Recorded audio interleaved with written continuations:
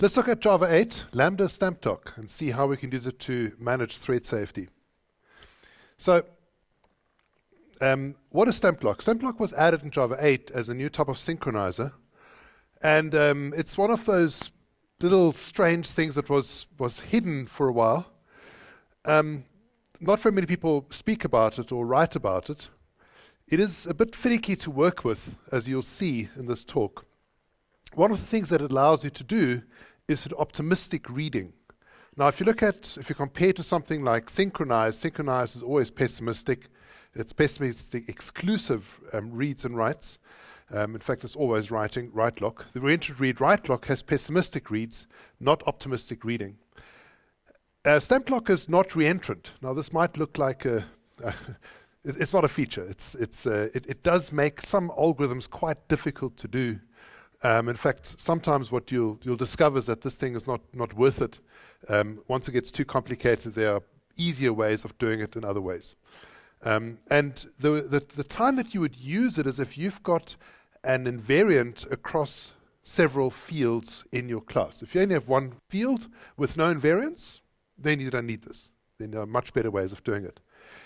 And for simple classes, your normal synchronized volatile combination is normally much easier to write and also tends to be quite a bit faster. This is what the interface looks like. We start with, first of all, the writing, which is a pessimistic exclusive lock. So that's your write. Pessimistic means that no one else can get the lock whilst we are whilst we've got the lock. So we're excluding everybody else.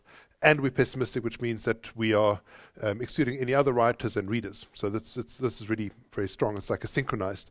And when we call write lock, it gives back a long, which is a stamp, which we're going to use as a signature for locking and unlocking.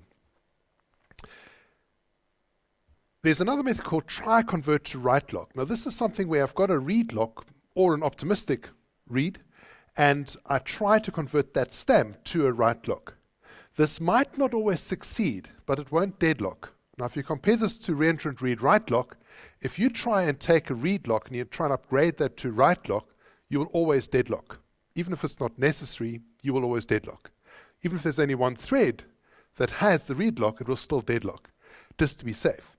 And the idea is that if two threads at the same time have a read lock and they both try and upgrade to a write lock, then one of them could pass and one could fail, but they can't both succeed because it's an exclusive lock. And so this is a function which I'll show in a moment is not very useful because the algorithm is incredibly complicated to use this, and there are better alternatives. Unlock write is basically like your lock and unlock, and the unlock write verifies that this stamp in fact belongs to a write lock, not to read lock or optimistic stamp. And there are a bunch of other methods which I've not put in here, like timed locks and things like that. The read lock looks very similar. This read lock is a non-exclusive lock, so it's still pessimistic, which means if I have a read lock, no one can write whilst I'm holding the read lock. This is what we mean by pessimistic. And so read lock returns a stamp again that's going to be a number. It's not going to be 0. 0 means that it couldn't get it, which in this case wouldn't make sense. Try convert to read lock means that we have got some lock, which could be, for example, a write lock, and we're trying to convert that to read lock. Now that should work, but we also could have an optimistic lock, and we could try and convert that to read lock. Again, this is one of the functions you're not going to use that much. I'll show you some which are more useful. And unlock read against verifies that we in fact do have a read lock, that we're not trying to unlock accidentally a write lock into read lock. There's another one, unlock for anything, which doesn't do any checking, so that will always unlock it even if it's a read or write lock. So sometimes you don't actually know what you've got. In that case, unlock is the one you want to use. Now, there's also optimistic, and I'll show you how to use all of these in a moment.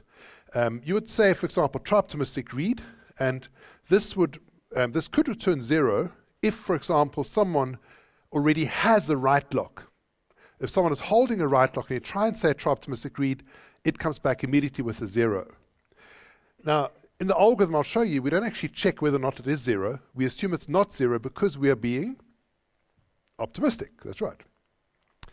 And then we've got to validate, which checks whether number one stamp was 0, which would be false, return false, or if another thread has in the meantime tried to get the right lock. So we don't actually know if anything's been damaged, but we do know that someone has acquired the right lock, and so it's not safe to continue, and we either have to try again or we've got to get a read lock, a pessimistic read lock.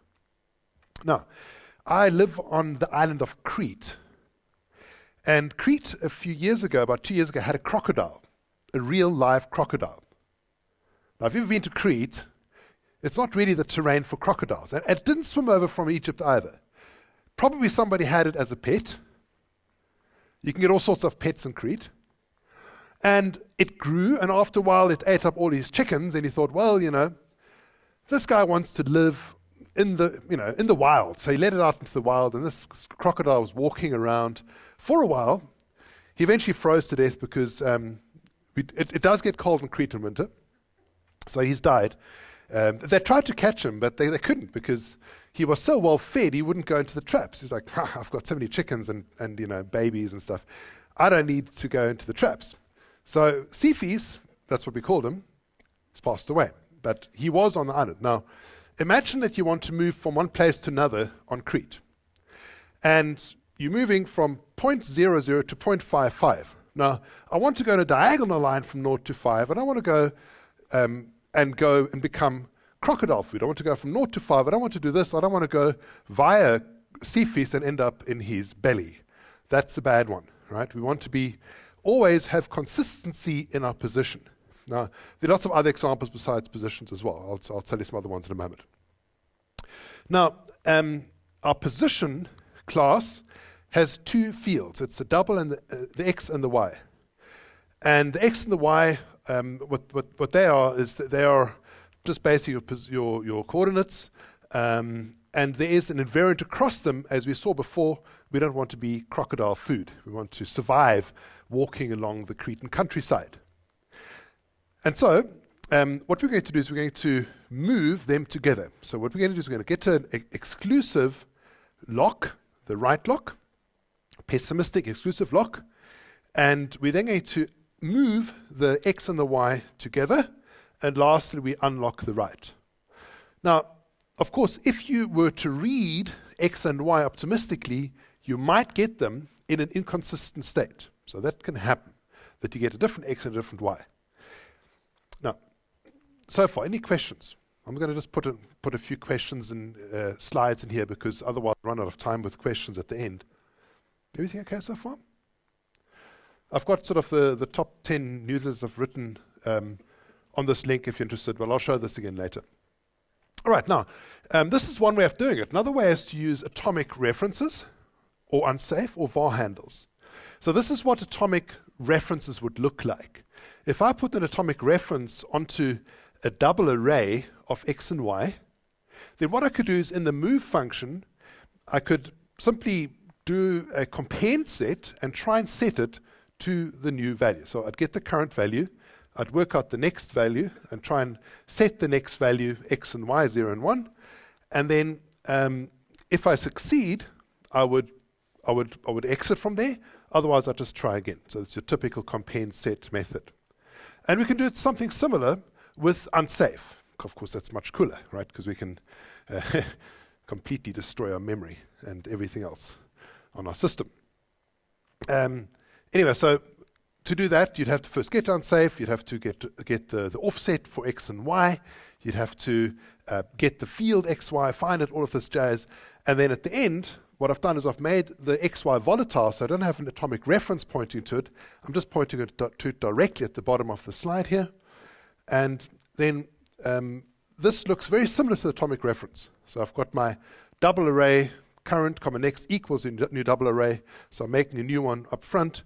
And then I'm again using compare and swap object this time to try and do the cas on this object. And the move is actually going to be, in many cases, quite efficient. We just have to create a few extra objects, but sometimes we also have to construct extra objects when we use stamped lock, so it's not necessarily worse than the stamped lock, might even be better. Now, when do you use unsafe? Never, unless your name is Martin Thompson. Otherwise, keep away from it. It's got this reputation that it must be much faster, that it must be much better, and there are, of course, cases where this is true. But it's not always true, and sometimes you can get yourself into big trouble. You might end up writing some code which is no longer compatible between different architectures and hardware. So we want to keep away from that as much as possible. There was an alternative before we had Unsafe for doing this type of CAS directly on the fields called an atomic field updater. And we moaned for quite a while that they should make that as fast as Unsafe.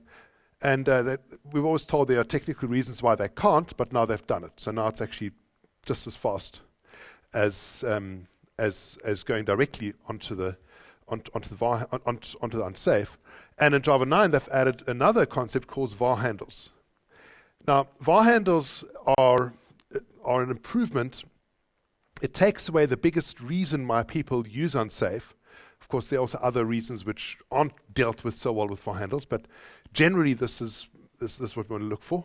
Now, I've done a bit of testing on it, and it seems to be the same speed as Unsafe. So it's supposed to be the same speed as Unsafe. It's supposed to be very, very thin layer, and that layer should be optimized away, so you end up with the same speed. And we've got some cool features there. We can work with fences directly. We've got get volatile, set volatile, get acquire, set release, and compare and set, also compare and exchange volatile. And that's more like a real compare and swap, where you're actually getting the value back that was there. Now, compare and exchange volatile, when I first saw that, I thought, great, this is going to make the code faster.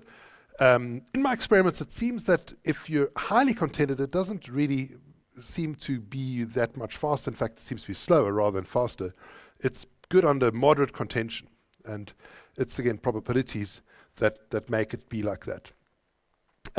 Now, the way that you'd use it is like this. You'd make a var handle, the XY handle, and you'd use method handles to find that var handle with the name of the class and the name of the field and the type that this should be.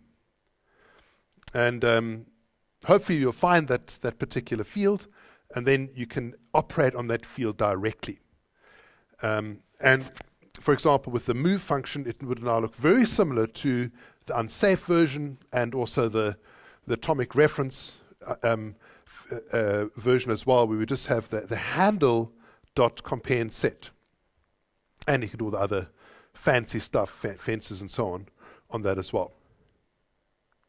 Any questions before we move on? No questions? Okay. Just checking that you're with me. Now, let's get back to Stampedlock. The whole reason of using it is not the exclusive pessimistic locking, but rather optimistic reading. That's what we want to do. And you end up with getting better throughput than something like the reentrant read-write lock. Now, this is the idiom that we normally use for optimistic reads. Obviously, you have to be a bit careful here and there because some things do change, but let's look one line at a time. So first of all, you would get an optimistic read stamp. This optimistic read stamp is going to, it might be 0 if you're unlucky, but we're assuming it's not 0, and we're going to continue as if it's not 0. Now, this optimistic read stamp comes back, and we then, assuming that it's not 0, read the local value, read the field values into local fields. Now, here you've got to be a little bit careful when you do that, because when you're reading the state, you're reading possibly inconsistent state. So you might end up with array index out of bounds exceptions, not in this case, but in other cases. You might end up with null point exceptions or infinite loops. If the state that you're accessing is in such a bad state or inconsistent state that your code actually ends up being corrupted. So we have to be careful as to what we read inside that statement. With our point, it's easy. We just read x and y to local double, so it's an easy case. But in other cases, when you have a more complicated invariant across multiple fields, it gets more difficult. We then validate the stamp, and we're assuming, as I said, that it wasn't 0 to start with. In our experiments, we found that it was pointers testing for 0 because it actually ended up being slower rather than assuming it's not 0 and just reading them into local values. So hopefully nobody tried to get a right lock in the meantime, and we'll pass the validate.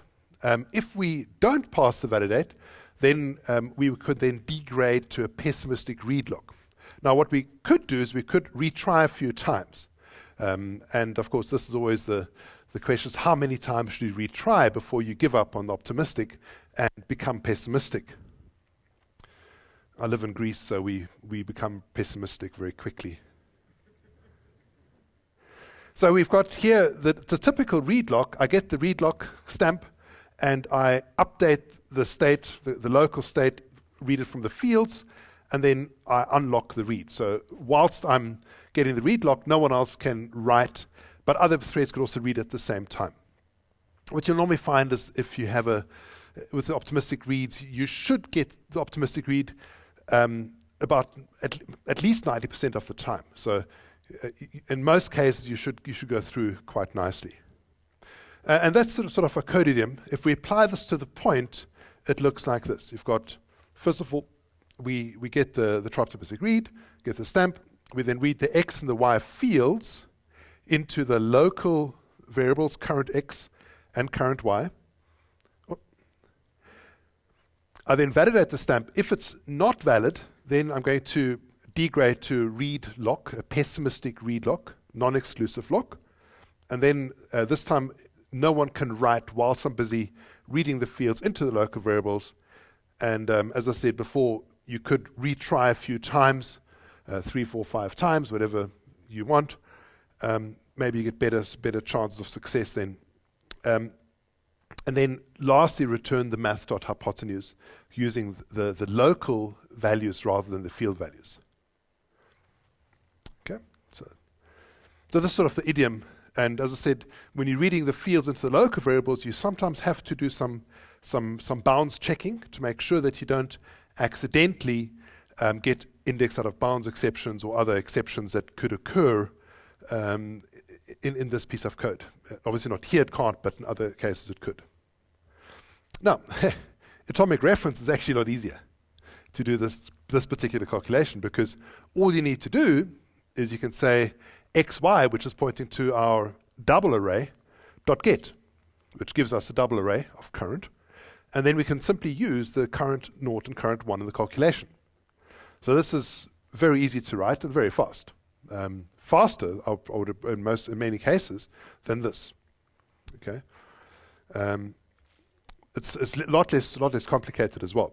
So the place where we're winning with the stamped lock is doing the writing. We normally don't have to construct new double arrays all the time. But of course, constructing objects is also not that expensive in Java. With unsafe VarHandles, it's even easier, because what we're doing with unsafe and VarHandles is we're pointing to the objects directly, and so because of that, we don't have to call get. We can just say current equals the field xy, and then after that we can say return math.hypotenuse of current 0, comma current 1. Right. Okay, so so far we've seen two little idioms of how to do this, of how to apply stamped lock. Now there's a third one. This one looks really fancy and complicated, but it's not that useful. I'll explain why.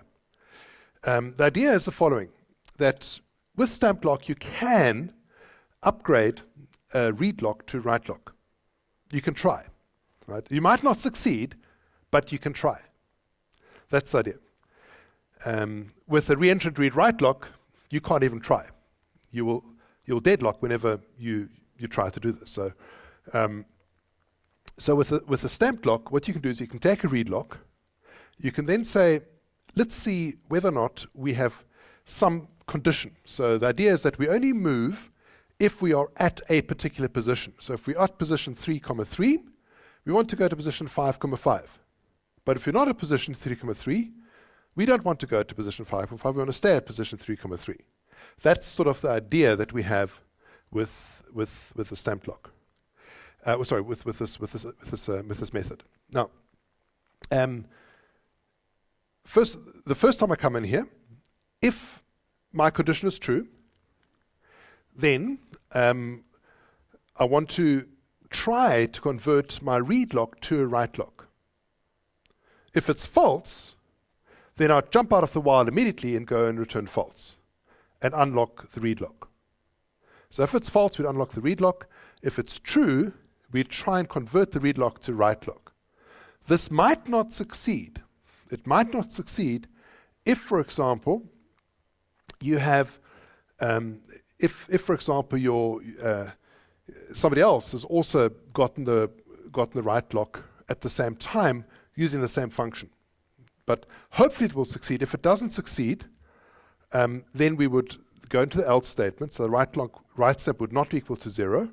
We'd go into the second condition here, and you'd say, we'd unlock the read and we'd lock the write.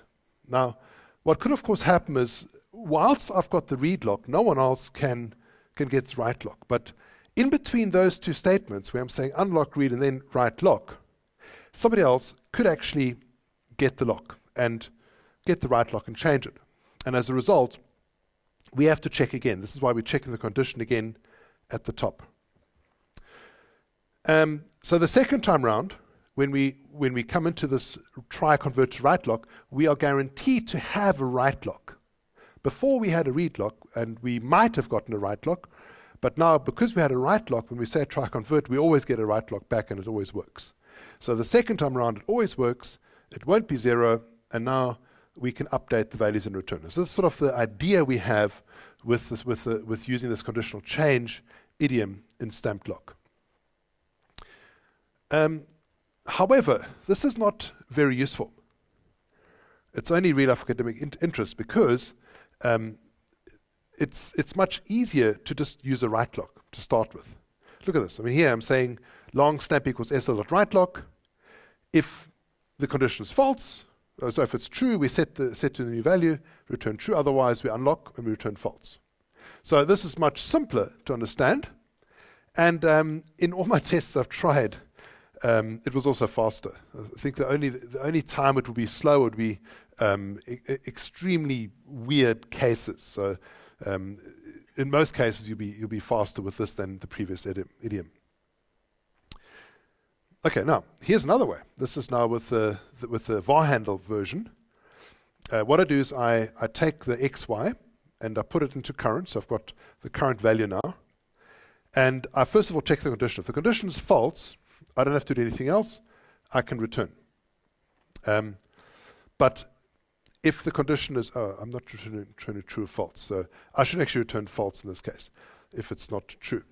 If it's true, I work out the next value, and I try to move to the next value.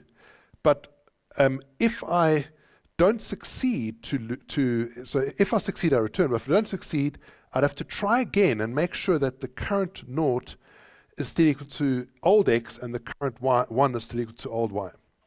So just have a look at this for a moment, because I think this code is correct, but it might not be.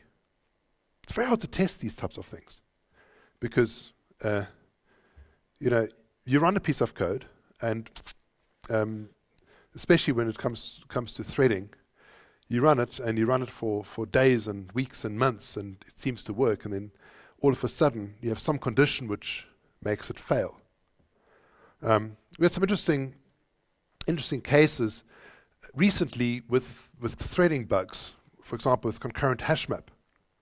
Concurrent hashmap is supposed to be a really great map to use concurrently, right? And we've got a nice new function that I saw being displayed today called compute_if_absent. Fantastic, compute_if_absent, right? So we don't have to have this put_if_absent and if it's there and contains, and we just do everything on one line. Problem is, compute_if_absent can cause very nasty contention on the system. And this is not just a theoretical case. We actually saw this in the real system, where we had to take out the compute_if_absent and replace it with put_if_absent because there was too much contention on that. It happens if you have relatively few keys and lots of cases where computative absence is being called from multiple threads. So this stuff is not easy. How much time do I have? Until when? 23 minutes. Okay, good. Perfect. Thank you. So any questions about this so far? No questions? Okay. So what I've got is I've defined some helper methods to make this easier to use, right? To make it easier to master. And the idea is the following, that instead of having the idioms hard-coded, hand-coded every time, we write a facade, sort of a facade like the gang of 4 facade pattern, and we use lambdas to make these a bit more pluggable. So this is sort of the way that the old move function would look, method would look, where I've got move taking the delta x and delta y. And what I want to get to is where I'm using a lambda to instead do the action protected with x plus equals delta and y plus equals delta. So this is my lambda over here. It's going to show you the job that must be done within a write lock. Now this one's very easy to do with stamped lock. With lambdas. What you do is something like this. You'd make a runnable, which would be your write job. You pass in a runnable and a stamped lock, and inside this stamped lock idioms, we would say long stamp SL at write lock. We would try and run the write job, and then finally we'd unlock the write. Now, unfortunately, lambdas don't play well with exceptions, with checked exceptions, and sort of the guys who are looking after Java admitted that this is a mess up, this is a screw up, because they basically gave us an unchecked IO exception. And the unchecked IO exception is sort of an admittance of guilt. We know checked exceptions are bad. We're very sorry about it. We're not going to make an unchecked exception for you guys, but we're going to make an unchecked IO exception because we need it. And internally, they use some very weird rewiring of exceptions with generics, where they're basically casting using generics, unsafe, unchecked casting to convert the checked to an unchecked exception, to runtime exception, and then they can throw it. So unfortunately, Runnable doesn't support exceptions very well. You could do this with the try with resource as well, with the try with resource, Java 7 try with resource.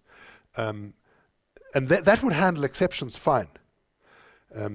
But it's a bit more messy trying to get it to work. Okay, so here's distance from origin. And this is what the code looks like at the moment. Where I get the optimistic read, I read the values locally, validate the stamp. We've seen this before, maybe do it a few times, and so on.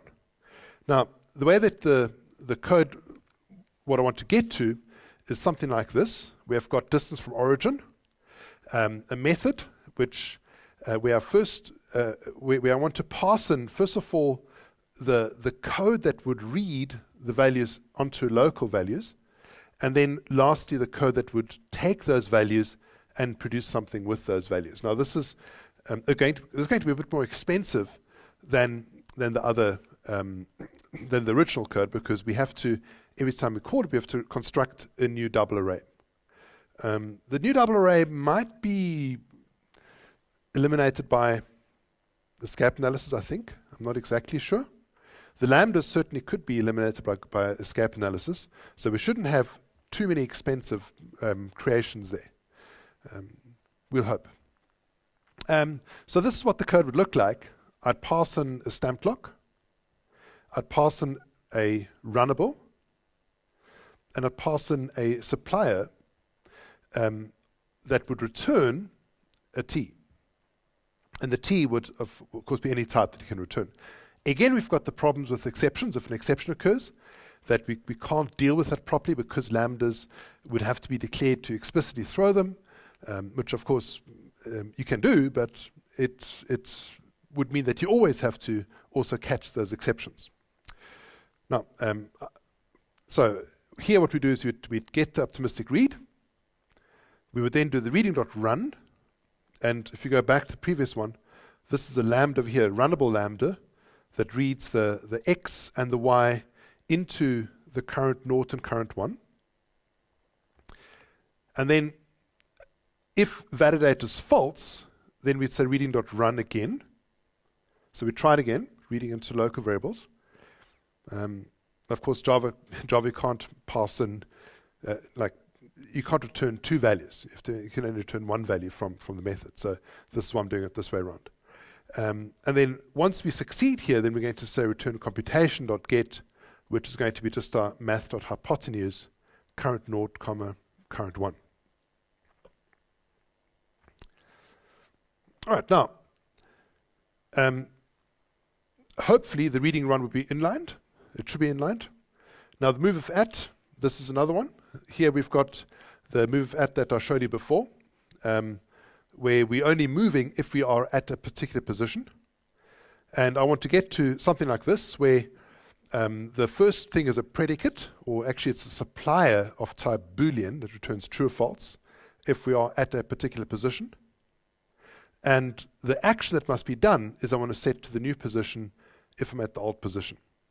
Now, of the three idioms, this one's actually the one where you get the biggest win, even though the actual idiom doesn't help you very much. It's not going to make you faster, it'll probably make you slower. But this is what it looks like. You'd say, while condition.get as Boolean, while that's true, so it's the same as we did before, we try convert to right lock. If that works, then we call action.run. And there's something else I didn't point out the last time, is that when we unlock stamp. We don't know what it's going to be. So what we need to do is to assign the write stamp or the read stamp. It starts off as a read stamp, but if we do manage to change it to the write stamp, we need to assign the write stamp to the stamp. So we unlock the write stamp. I mentioned at the beginning that the stamp lock is not reentrant.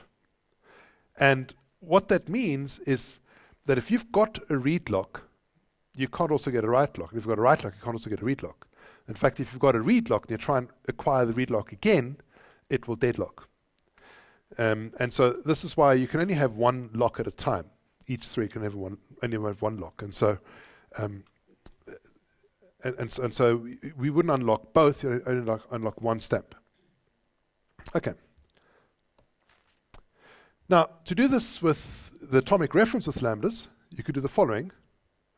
There's an accumulate and get function now in Java 8 that's been added to the atomic reference.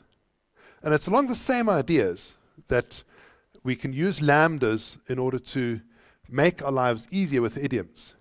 I've tried using it a few times, and most of the time I find it easier to just write it by hand rather than try and figure out how the idiom works. The idiom goes in a very certain direction, specific direction. And if you want to do something which is slightly different, then to use it, you get stuck with it. Now, let's go over this. The old move method, we would first of all say current comma next equals new double. We would then read the values into the current, update the current, and update the next, and try and set it to the next value.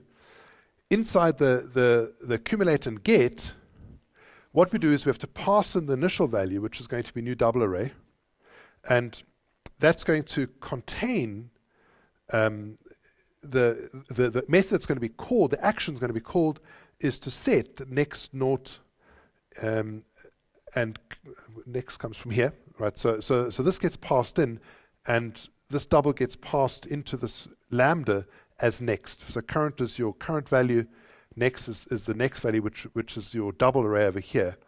And so we would say next naught equals the current naught plus delta x, and next 1 equals current 1 plus delta y over here. And then we'd return the next value. Hopefully that will work.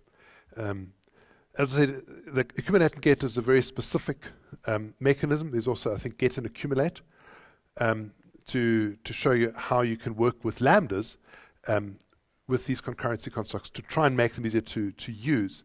Unfortunately, in reality, very often you have to customize it a bit, and then these lambdas don't work anymore. So I've come to the conclusion, slightly ahead of time, which is quite unusual for me.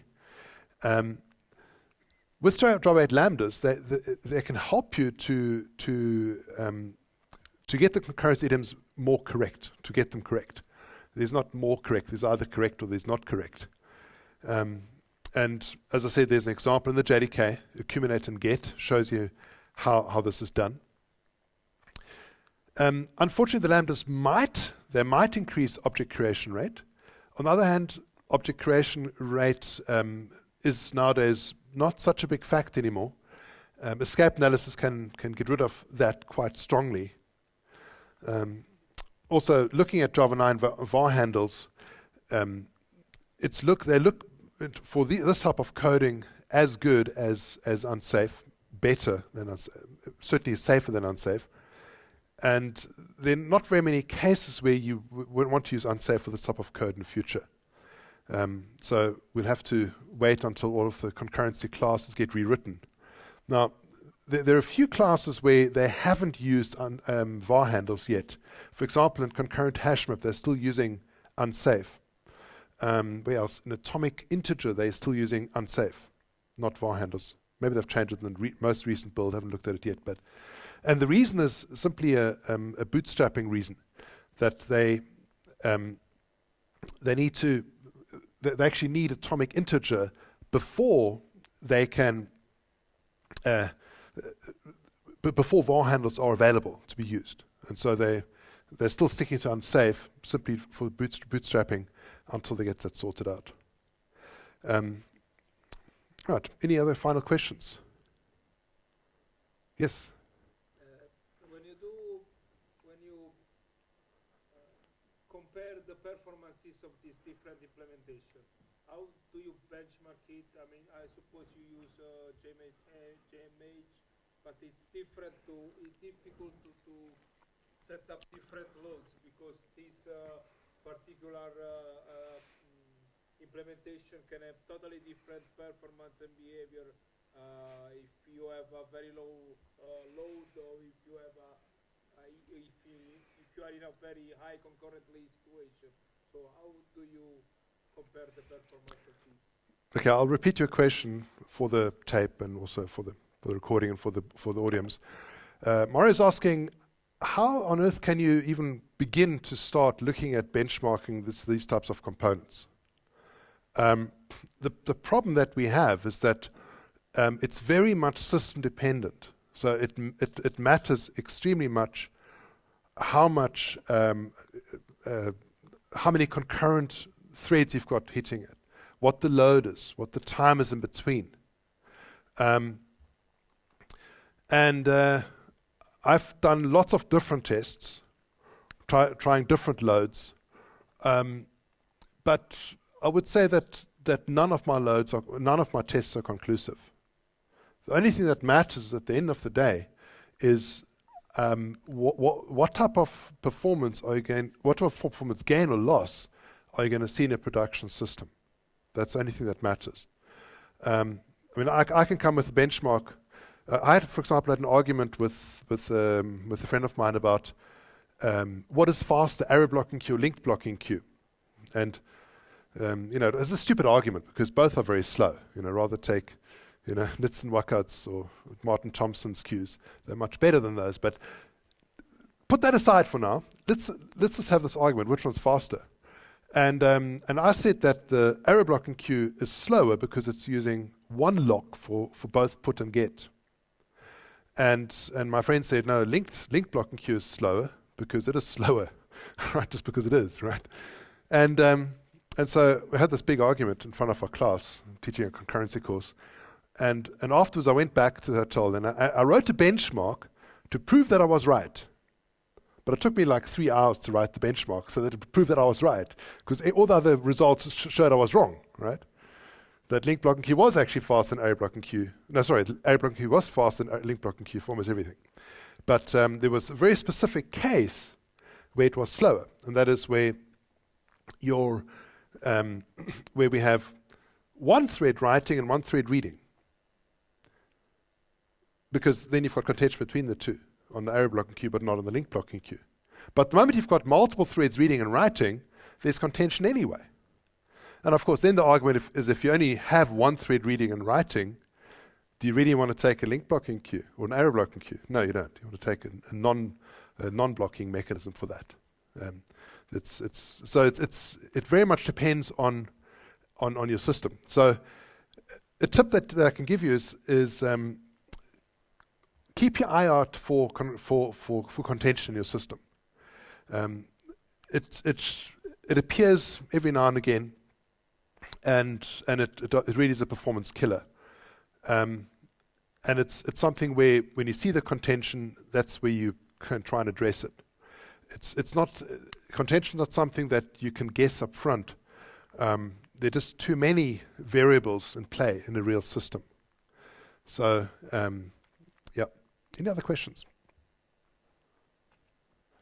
Yes, sir. With the Apple machine. I love these Apple machines. At least I can see people out there.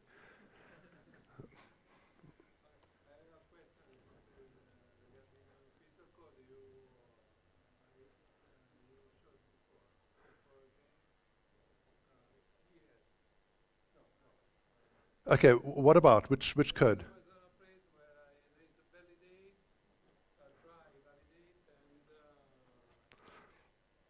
This one? Okay.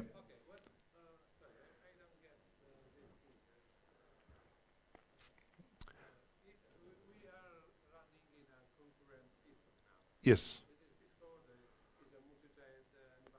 Yes.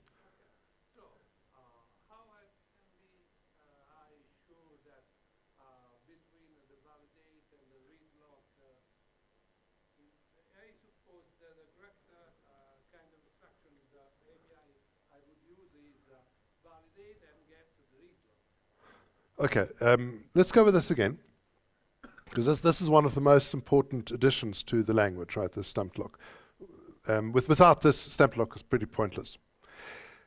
So what we're doing here is we are first of all getting a number optimistically. That's we then run and we validate. Now, if somebody else in the meantime has so what validate says, it just says that in between when I called try optimistic read and when I called validate, nobody acquired a write lock. That's all it says.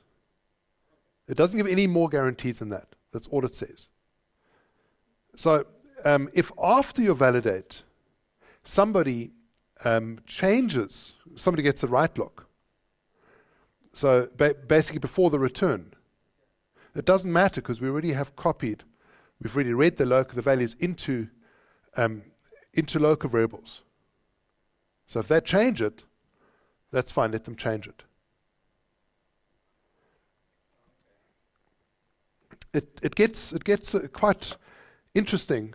There was one, I'll quickly show you one newsletter that I wrote on the topic.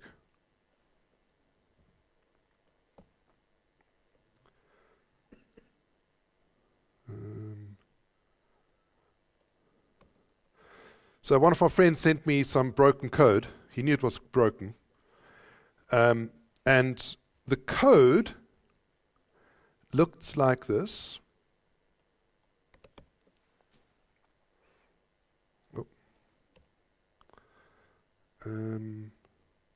It was basically an array list with two synchronized on two different locks. Right, and it was completely broken. The first person to respond was actually Martin.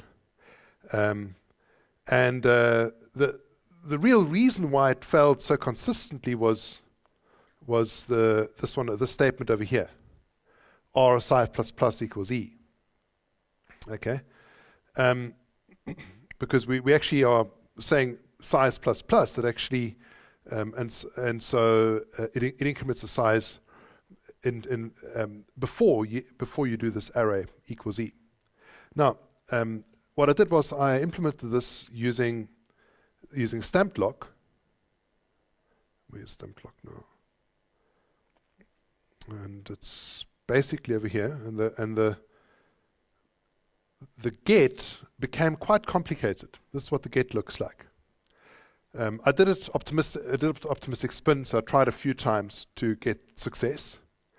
I try optimistic read. Now, because I've got an array where the contents can change, I need to be very careful. First of all, I read the size. I then say I read the size and the pointer to the array into local variables. I'm being optimistic all along. I'm assuming that it won't be changed at the same time. Then I'm saying if index is less than array length, then I'm going to say get the value out. So at this point, I don't actually care whether or not index is less than size. I can do that inside range check. Range check does that for me. But all I want to know is that I'm not going to get an array index out of bounds exception. So assuming I don't get that, and then if I validate, if it validates correctly, then I do the range check. And that would potentially throw an index out of bounds exception. And then return R. If I don't succeed after several times, with some number, 3, 4, 5 times, then I go to the pessimistic read lock. Now I can do range check immediately, because no one can change it whilst I'm busy doing that. And then I can return this.array index, and then unlock the read stamp. Yes, Martin? Why did it read size? Oh, here. This one. The range check is to check whether the index that was passed in is within that is within the int array. Yes, absolutely.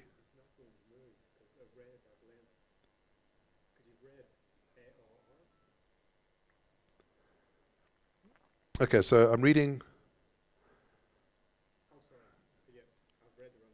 Okay, good. You're getting me really worried there, Martin. I was like, oh no. Okay, good. Well, thank you very much for listening. Time is over.